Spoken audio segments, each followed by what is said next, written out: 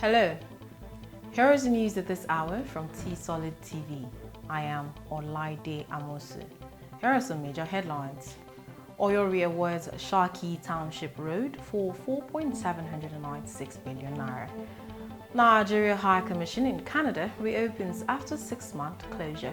And on the foreign scene, Angola detains ex-president's son-in-law on GRAFT. And all the sports, FIFA delays AKPOGUMA. Super Eagles switch.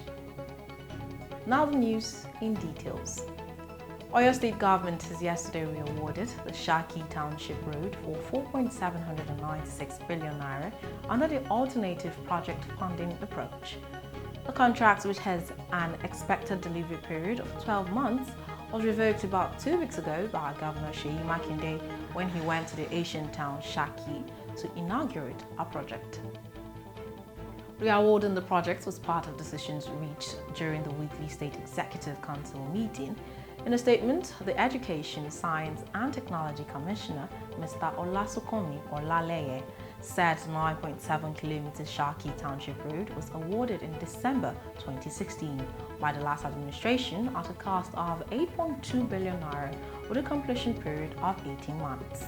He said the past government paid about 3 billion naira to the contractor, adding that the work done at the site was, however, not commensurate with the money paid. A team of policemen and members of vigilante members have arrested 3 suspected bandits in their hideout in a forest in the Ibeti-Kishi area of Oyo State. It was reported that the suspects were arrested on Sunday. 4 AK-47 rifles, 78,000 naira, 4 cell phones and various fetish charms were reportedly recovered from the suspects. However, in Ogun, police on Tuesday paraded 6 suspected armed robbers allegedly operating in army uniform on the Lagos-Ibadan Expressway.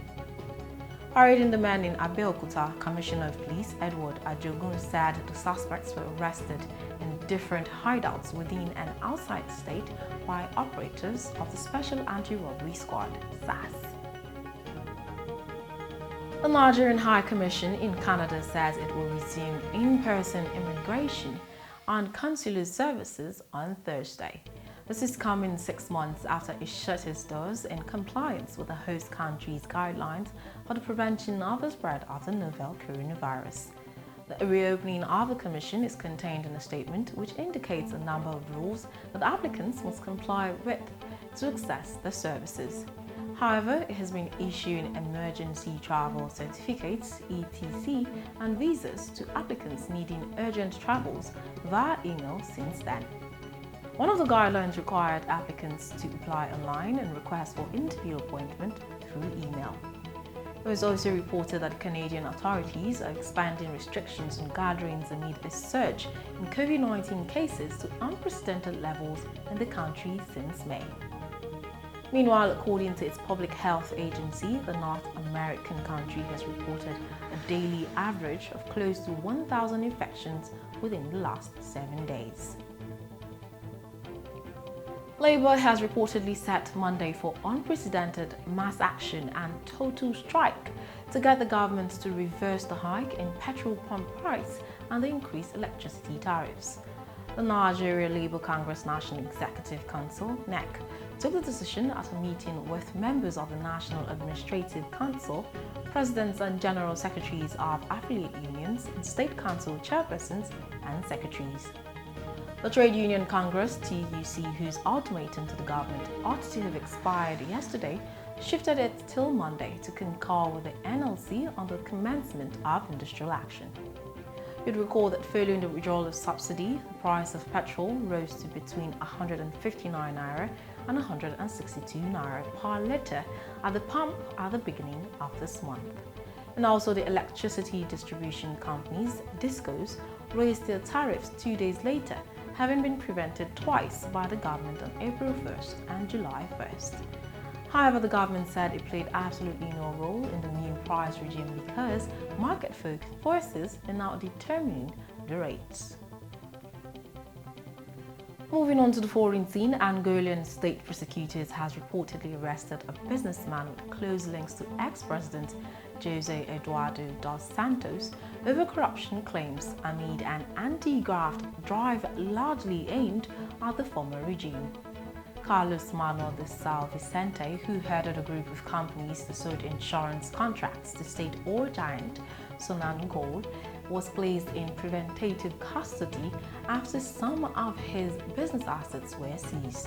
He is married to a daughter of Dos Santos, who has been widely accused of appointing cronies and family members to key positions during his 1979 to 2017 rule. Recall earlier this month, Angola prosecutors seized buildings and hotels owned by one of the São Vicente's companies, AAA Seguros, to probe corruption allegations. Meanwhile, it was reported that the Angola's Attorney General, Álvaro da Silva João, on Tuesday said the São Vicente had been placed in preventive detention after a day of questioning. Still on foreign scene, Saudi Arabia has announced that it will allow the Muslim minor pilgrimage, the Umrah, to gradually resume starting in October, around 7 months after it was halted due to the coronavirus pandemic.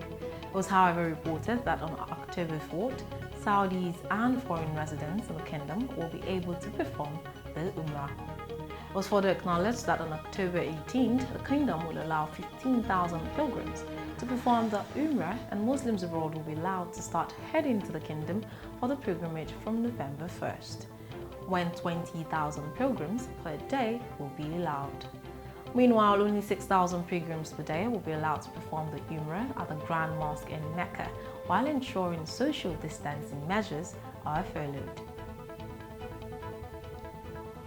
And taking a look at the world of sports, World Soccer governing body FIFA is now being awaited to give the final approval for former Germany youth international Kevin AKPOGUMA, who to be eligible to play for Nigeria. Super Eagles coach Gernot Rohr disclosed that he would have loved to have the Hoffenheim towering defender to make his debut for Nigeria during the friendlies against Cote d'Ivoire and Tunisia, but that wouldn't be possible. The centre-back was born to a German mother and a Nigerian father and has represented Germany's under-16, under-17, under-18, under-19 and under-20 teams, featuring in more than 60 games. Rohr in a statement acknowledged that they are very happy about the decision of Kevin AKPOGUMA to switch from Germany to Nigeria because he played for Germany at youth levels. It was, however, reported that the process is not finished yet, but because FIFA must give the authorization in written request to switch as they await the good news that Kevin AKPOGUMA can finally play for Nigeria. Luis Suarez is reported as officially a free agent after agreeing to terminate his contract at Barcelona. The 33-year-old Uruguayan still had 1 year left on his deal at the Camp Nou, but was told by Ronald Koeman he did not feature in his plans in a brutal 1-minute phone call. It was reported that the forward is searching for a new club after RAC1 claimed he agreed to give up part of his salary to secure an early exit from his backer agreement. The ex-Liverpool and Ajax ace is believed to be heading to Barca's training ground this afternoon to say his final goodbyes.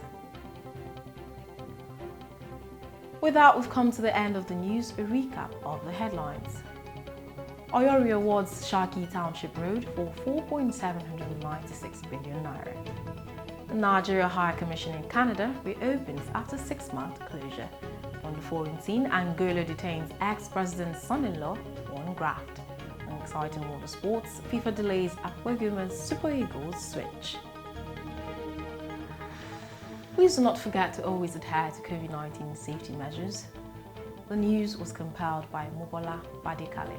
I am Olaide Amosi. Good day and thank you for watching.